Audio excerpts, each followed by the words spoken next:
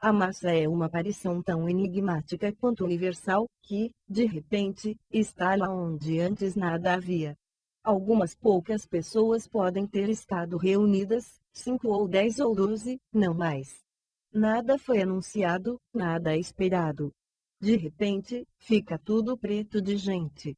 Elias Canetti, Massa e Poder. Descendiam inúmeros autores do século XX, inclusive aqueles de grande prestígio, incluíram o ingresso das massas na história entre as marcas de nossa era.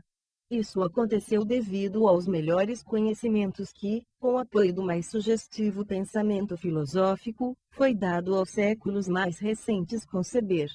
O que Hegel havia apresentado como seu programa lógico, a saber, desenvolver a substância como sujeito, se comprovou ao mesmo tempo como a mais poderosa máxima política da época que parece ainda ser a nossa: desdobrar a massa como sujeito. Ela afirma o conteúdo político para aquilo que, na modernidade, pode ser projeto. Dele derivam suas ideias mestras, a época nacionalista, que para nós é passado, assim como a era social-democrata, na qual vivemos como cidadãos, sem alternativa. Para as duas épocas vale a motivação de cuidar para que todo poder e todas as formas válidas de expressão partam de muitos. 11. O desprezo das massas pretume de gente. 12. Quando a massa se torna sujeito e recebe uma vontade, assim como uma história, então termina a era mundial da condescendência idealista, na qual a forma acreditou poder cunhar a matéria como bem lhe aprouvesse. Tão logo a massa seja considerada capaz de uma subjetividade própria ou de soberania, os privilégios metafísicos do senhor vontade, saber e alma infiltram-se naquilo que antes parecia mera matéria, e conferem à parte subjugada e incompreendida direitos às dignidades do outro lado.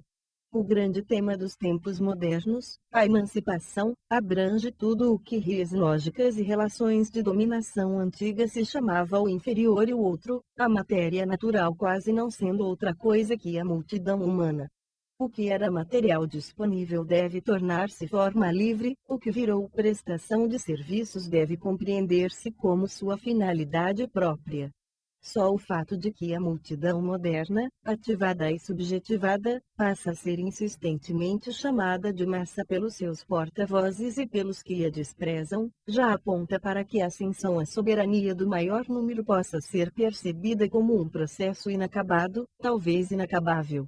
O desenvolvimento da substância como sujeito se realiza mais facilmente na prosa de Hegel do que nas ruas e subúrbios das metrópoles modernas.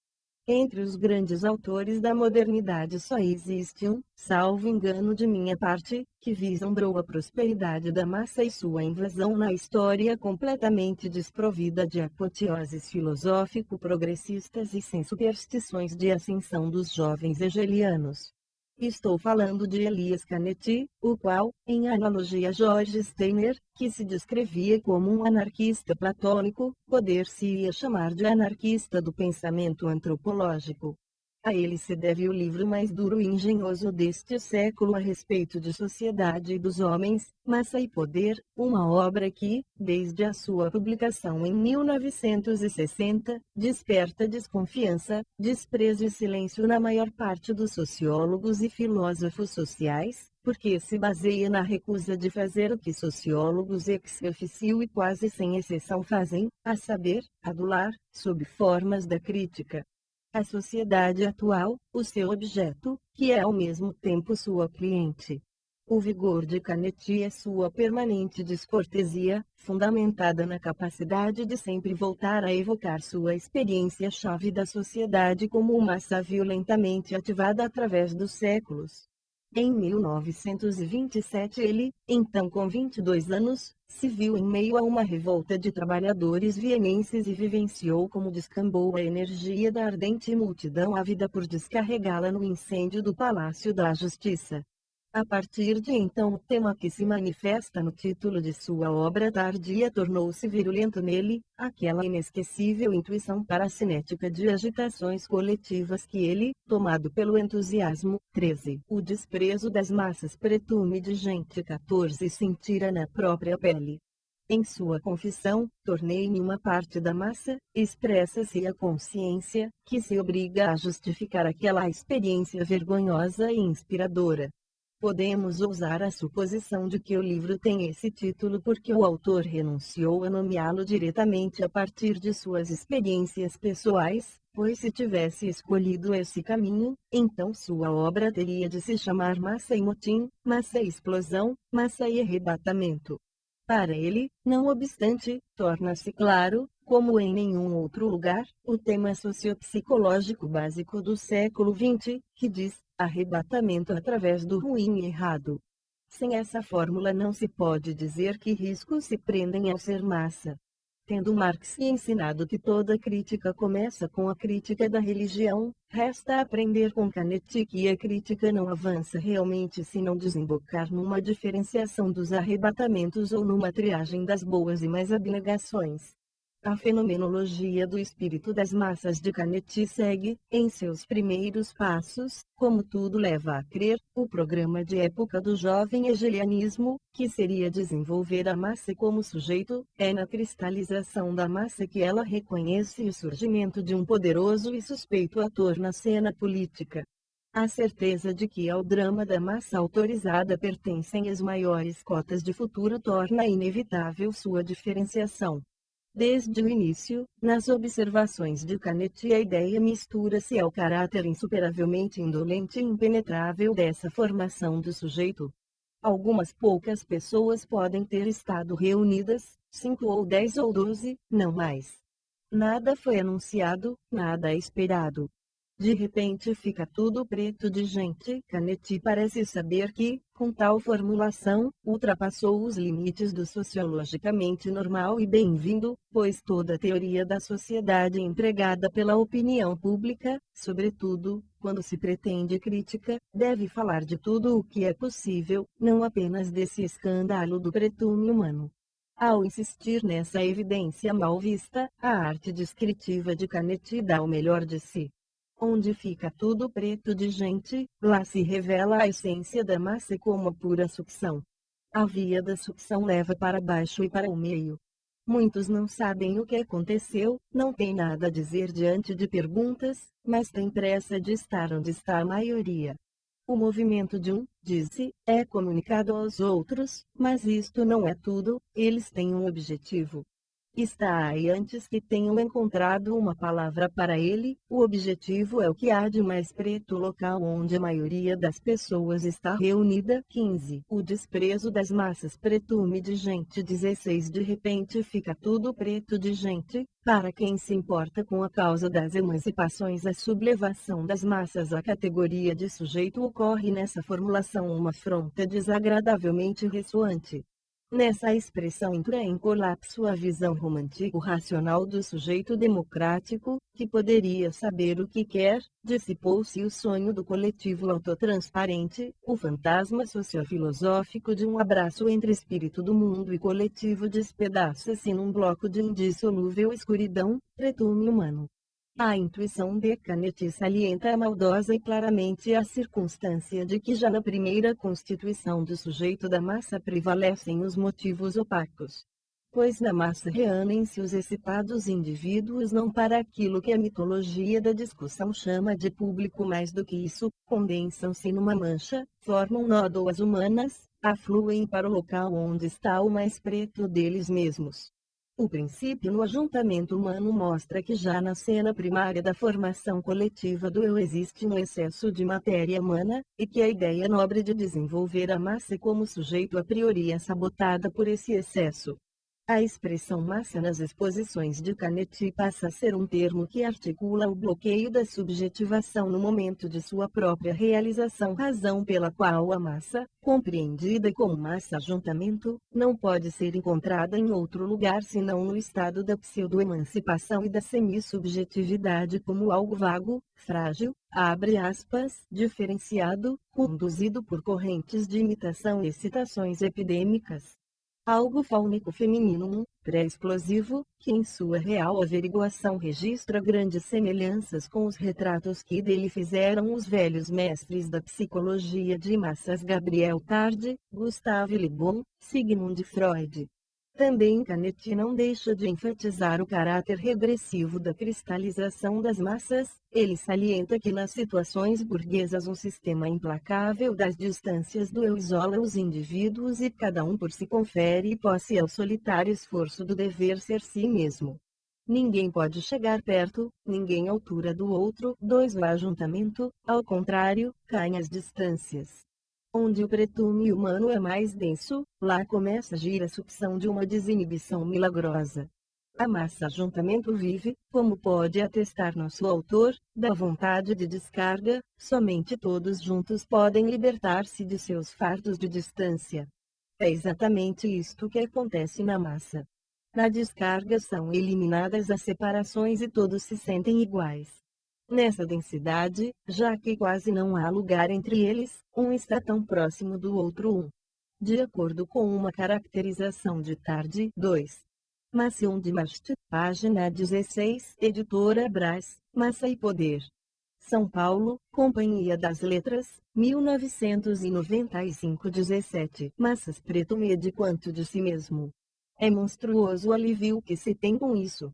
Por causa desse feliz momento em que, ninguém é mais, ninguém é melhor do que o outro, as pessoas se tornam massa. 3. Parece útil, necessário e atual lembrar essa derivação tão desagradável quanto heterodoxa do igualitarismo, útil porque ela se subtrai do consenso individualista da dominante sociologia da comunicação e da adulação, e necessário porque não pensa o motivo da igualdade a partir da igualdade de direitos, mas do concomitante deixar-se ir da maioria, uma opção que contrasta nitidamente com as rotinas do pensamento jurídico do Juste Milieu, que atualmente, mais do que nunca, se infiltra nos discursos das filosofias acadêmicas da moral e, de forma crescente, modela também as relações entre os indivíduos, assim como os seus reflexos na mídia.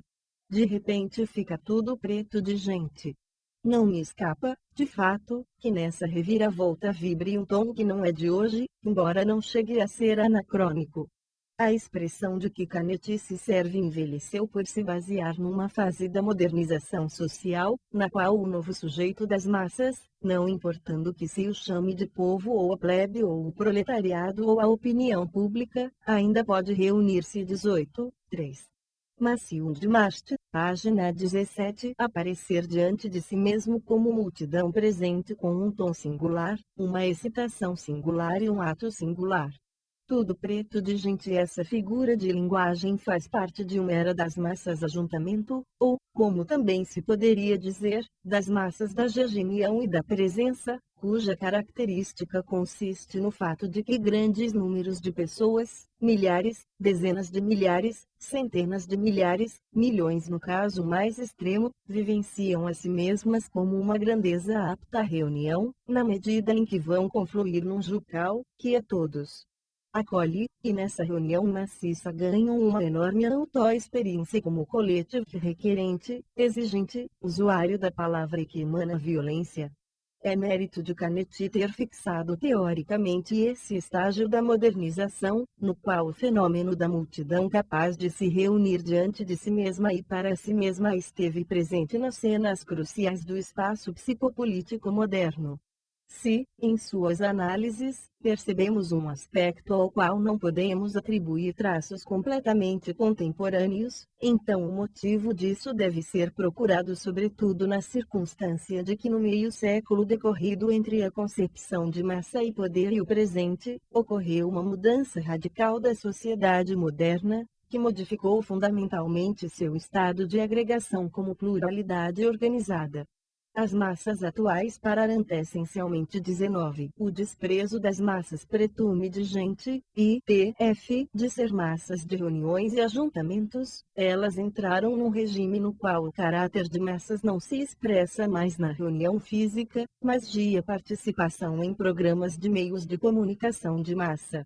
Por isso os muitos não mais pululam, apenas fluem livremente. 4. Através de uma espécie de cristalização eles se distanciaram de um estado no qual sua aglomeração era uma possibilidade constantemente ameaçadora ou promissora. A massa de ajuntamento tornou-se uma massa relacionada a um programa e esta se emancipou, de acordo com a definição, da reunião física num local comum a todos. Nela, como o indivíduo, se amassa. Agora se amassa sem que se veja os outros.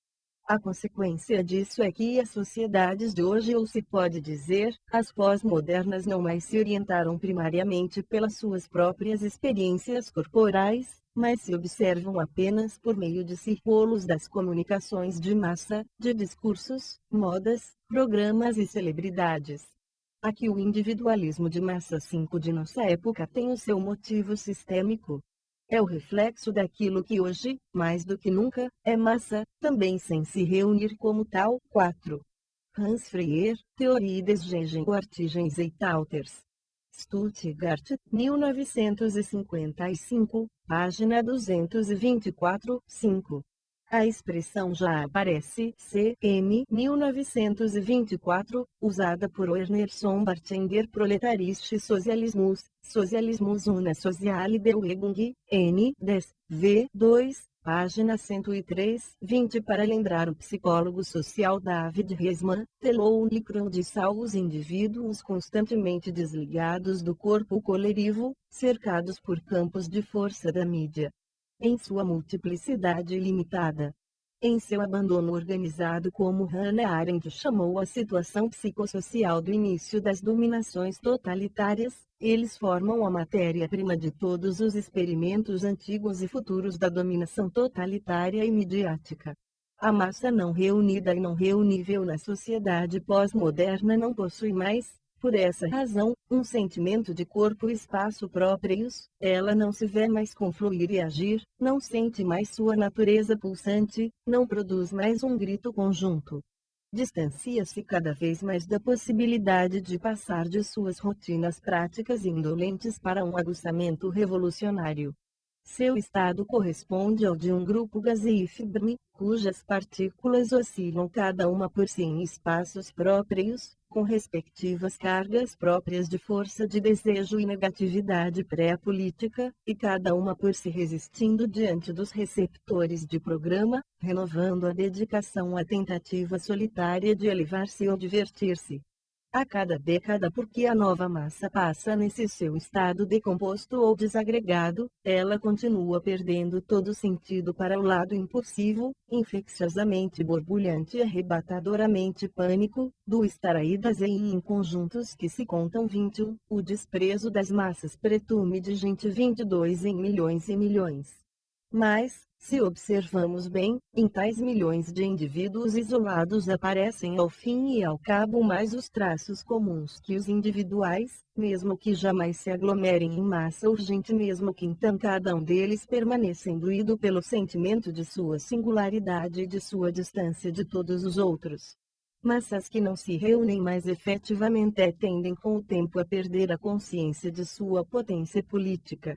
Elas não sentem mais como antes sua força de combate, o êxtase de sua confluência e de seu pleno poder de exigir e tomar de assalto, como nos tempos áureos dos ajuntamentos e concentrações.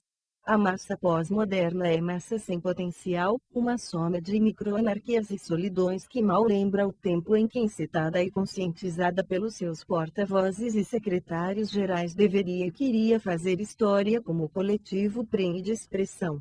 O que Canetti sabe sobre pretume de gente, esse perigoso fundamento de juízo sobre ajuntamento e descarga, sobre demagogias e ser arrebatado, sobre crescimento e paranoia, tudo isto hoje deveria ser reformulado num exame sobre a participação de inúmeros indivíduos isolados em programas de meios de comunicação de massa. Uma sociedade por demais mediatizada vibra num estado no qual os milhões não podem mais aparecer negra, densa e impetuosamente corno. Totalidade efetivamente é reunida, não mais como seres vivos de um coletivo que conspira, conflui e rompe. Mais do que isso, hoje a massa vivencia-se própria somente em suas partículas, os indivíduos, que como partículas elementares de uma vilania invisível se entregam exatamente aos programas nos quais é pressuposto seu caráter de massa e vilania. A maioria dos sociólogos contemporâneos deixa-se seduzir por essa averiguação, achando que teria passado a época em que a direção da massa representaria o problema central da política e da cultura modernas. Nada poderia ser mais errôneo do que essa visão. Entretanto, as massas da mídia, sob a influência das mídias de massa, tornaram-se massas coloridas ou moleculares. Por isso, faz sentido que tanto a sumária quanto a elaborada crítica cultural de nossos dias se organize sobretudo com a reciprocidade das massas da televisão e televisões de massa. Mostraremos a seguir, no entanto, onde essa crítica não atinge seu objeto. Onde ainda acontece que os muitos esbarrem fisicamente em si mesmos, como massa de horário de pico e engarrafamento, como multidão em reunião involuntária, eles mostram em cada um de seus átomos a tendência de passar apressados por si mesmos como por um obstáculo, e se amaldiçoar, qual uma impertinência, um excesso, como matéria no lugar errado. Aqui eles são dominados pela evidência 23, 11.111, J, 111 Inge, J, J, J, J, J, J, J, J, U, J, o desprezo das massas pretume de gente da desgraça de serem muitos. Só em raros momentos, quando em festivais populares a massa de felicidade é fundida num corpo coletivo estático, ainda brilha através da apatia pós-moderna uma centelha dos Dionisos políticos e das reuniões da multidão lúcida despertada por si mesma, especialmente tão logo uma tonificante música pop, pronta para uso, proporcione aos reunidos sua excitação e descarga. Caso se queira definir a diferença entre a época de Canet e o presente, então se poderia dizer, Libra, v. seguinte, como hoje a massa ultrapassou o estágio de capacidade de reunião, o princípio do programa teve de substituir o princípio do líder. Por consequência, é suficiente explicar a diferença entre um líder e um programa para evidenciar o que diferencia a massa preta clássico-moderna reunida da massa pós-moderna mediatizada, estilhaçada e colorida. Trata-se aqui da diferença entre descarga e entretenimento. É também ela que determina a diferença entre o modo fascistoide e o democrático de massa da direção de afetos que vivenciam as grandes sociedades de comunicação intensa. Historiadores e sistematizadores concordam que o princípio do líder faz parte das características constitutivas da direção social fascista. Fascismo é um estágio relativamente provável, mesmo que não 24 inevitável, na execução do programa de desenvolver a massa como sujeito pela razão tão complicada quanto plausível de que as massas ativadas e em busca de descarga podem fantasiar em seus líderes sua própria subjetividade inacabada como sendo acabada. O tornar-se sujeito por meio do outro que se sobressai se apresenta, nessa visão, como um interstício para a real autocompreensão. Não foi por acaso que a maioria dos regimes fascistas, mas também os populistas de esquerda, estavam possuídos pela motivação da popularesca Assembleia Geral, e de tudo tenham feito para mobilizar as massas numéricas, através de cuja aclamação esses regimes se afirmam como formas legítimas de ordem política, como massas unidas fisicamente reais. Os comícios do Partido Nacional Socialista dos Trabalhadores Alemães, NSDAP, do Terceiro Reich perseguiram essa motivação até as mais extremas consequências. Se alguma vez a ideia de uma Assembleia Nacional, como a Convenção Popular de fato realizada, se aproximou de sua concretização foi nesses desfiles do partido identificado com o povo, partido no qual um quase-socialismo de direita mostrou sua representação para si mesmo e para a esfera pública dos meios de comunicação. Aqui o espectro de uma maligna indefinição de classe psíquica tornou-se uma realidade física. Em virtude de sua presença na esplanada de Nuremberg, os reunidos desencadeavam a ficção básica de grandes sociedades nacionalizadas. 25. O desprezo das massas pretume de gente que a entidade popular é capaz e necessita de uma autoexperiência periodicamente repetida como totalidade reunida de momento.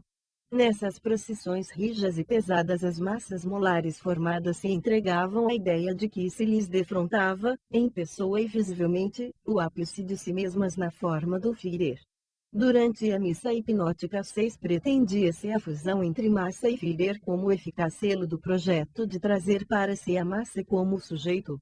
Nesse arranjo, no entanto, a massa extraía de si mesma seu foco ideal do sujeito, mas era plausível essa exteriorização do melhor de si com edificantes analogias com o culto católico aos santos e com a criatura gênio cultural burguesa. De fato, autores contemporâneos já reconheceram no fascismo uma variedade da religião da arte e dos heróis burgueses, assim, por exemplo, Robert Michels, que em 1924, num brilhante artigo sobre a ascensão do fascismo na Itália, fecha aspas, lia, escreveu, o fascismo é absolutamente carlílico. Raramente a longa e confusa história do sistema partidário moderno nos deu um exemplo tão prototípico das necessidades internas da massa para o Eruorsip como 6. A expressão é de Skrge Moscovici, das Etalter der Massen. Etnie historische Bandung die Massen Psycholage. Frankfurt, 1986, página 182, editora francesa, Lange 3 Jules. Um traité historique de psychologique des masses. Paris, Fayard, 1981, oferece o fascismo. Confiança absoluta, cega, e adoração ardente levam esse partido de encontro ao seu líder, o Dulce 7, com a referência de Michels ao ideologema de Thomas Carlyle do heroísmo e adoração aos heróis na história, copia-se expressamente uma característica da subjetividade de massa moderna. Pois o que é que se diz sob a expressão Eruorsip, culto ao herói, não passa da confissão de que no pretume humano existe algo que não para de sonhar com maior claridade. De fato, as massas desenvolvem sua própria forma de idealismo e impõem sua vontade de fazer sobressair o herói, às vezes sem se desconcertar com qualquer percepção. Absolutamente carlílico, todo o sistema da cultura de massas mediatizada é atingido por esse predicado. Com o modo midiático de adoração aos heróis, entramos no regime de afetos do desfraudado na massa. Venerar a celebridade de modo carlílico, típico de massas e de acordo com a mídia, isto significa subordinar radicalmente a percepção à projeção e, sem considerar as qualidades do objeto admirado, concretizar o desejo subjetivo por idealização, transfiguração, superestimação. Que 7. Robert Michels, Masse, Führer, Intellectuelle. Politische Sociologische Aussantes em 1906-1933.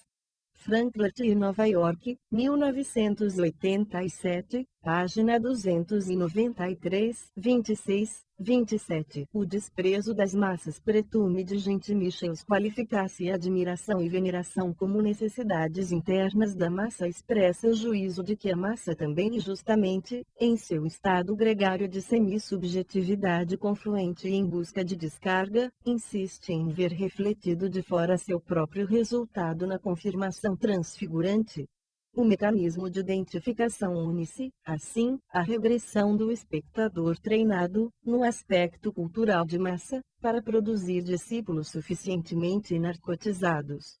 Nesses tipos de admiração, a ilusão ávida de felicidade torna-se violência política no desvio por meio de um ideal primitivo inapto ao consenso.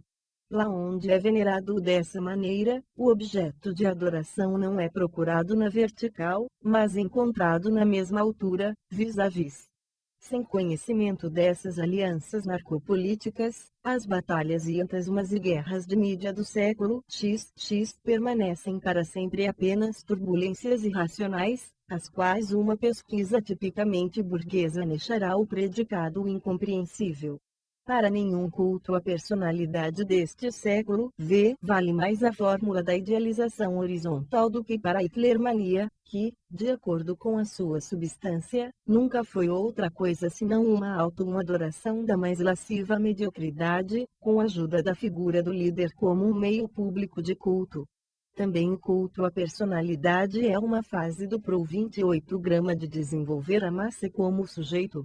Por isso, pode-se conceber os heróis da era burguesa e de massas, tanto os clássicos quanto os ditadores populares, como testemunhas do fato de que na comunicação duradoura em surgimento nos estados nacionais também puderam atuar indivíduos e mídias de massa, razão pela qual o culto ao gênio e culto ao líder puderam temporariamente misturar-se sem demasiado esforço. 8. No entanto, era preciso talento especial dos alemães pela auto-hipnose coletiva para encenar aquelas luas de mel entre idealismo e brutalismo, que nos estáticos primórdios da Revolução Nacional de 1933 produziram um singular clima de alienação de massa.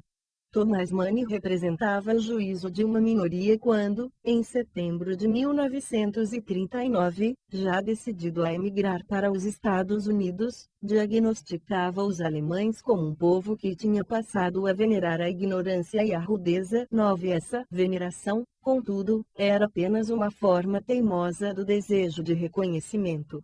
Quem quiser entender o efeito Führer de uma distância histórica suficiente, deve deixar de tentar pesquisar uma demonização pessoal do ditador. A aptidão de Ider para o seu papel no psicodrama alemão não. 8. Isto era ambas as duas direções, não apenas Ider pôde deixar-se celebrar como artista, como também ídolo pop. Madonna acreditava encontrar sua chance, ainda que apenas midiática, de assumir o papel da Lady fascista Evita Peron. 9.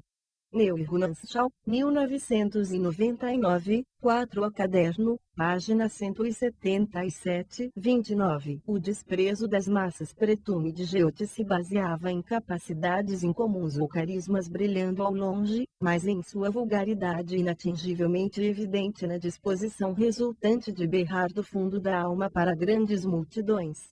Ider parecia remeter os seus ao tempo em que o berro ainda ajudava.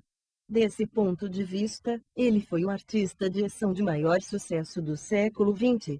Em ressonâncias horizontais do tipo citado fundamenta-se a continuidade funcional entre o culto ao líder pelas massas em descarga da primeira metade do século XX e o culto ao estrelismo pelas massas do entretenimento na segunda metade.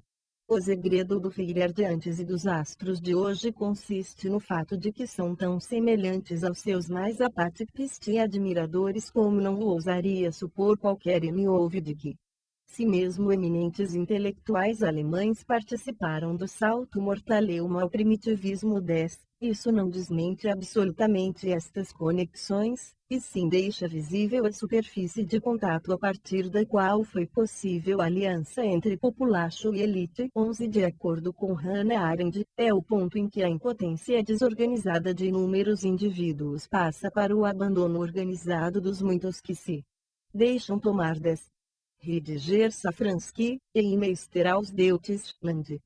Heidegger Unaseinest. Munique, 1994, página 272, 30. 11.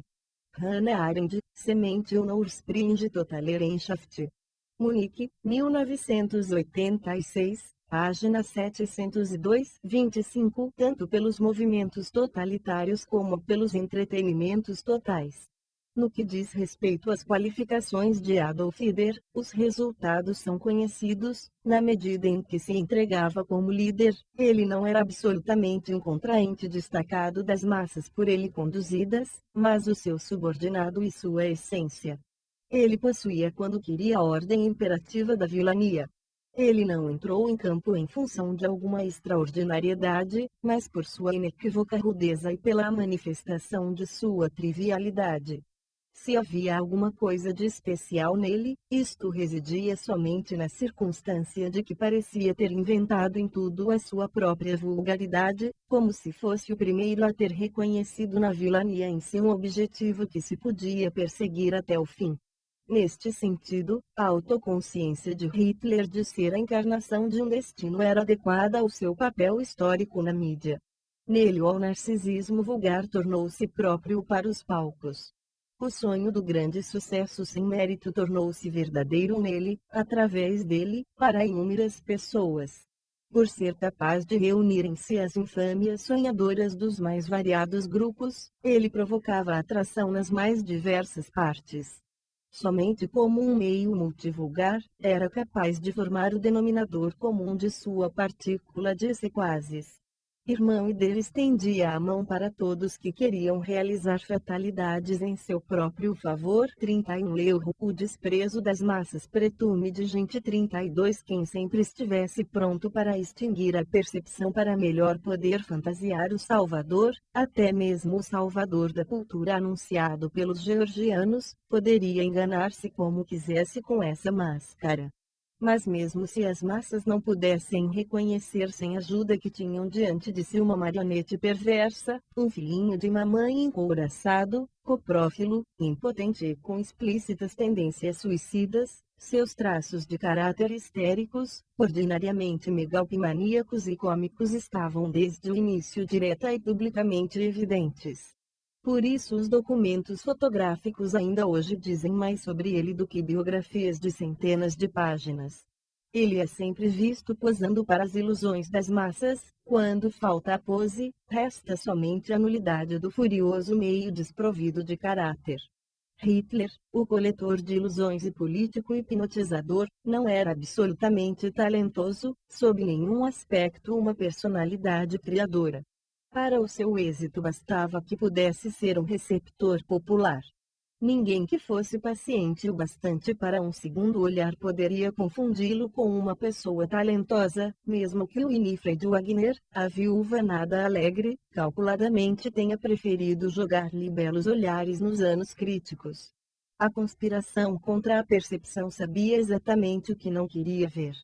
Esse homem foi um miasma em forma de gente da pequena burguesia mais ignorante de espírito das mais sombrias províncias da Áustria, um longo espasmo de suburbanice e vingança, ou como Winston Churchill disse certeiro e com um ódio quase fraternalmente clarividente, um aborto de inveja e vergonha. Ele foi o desejo de reconhecimento que se tornou maligno.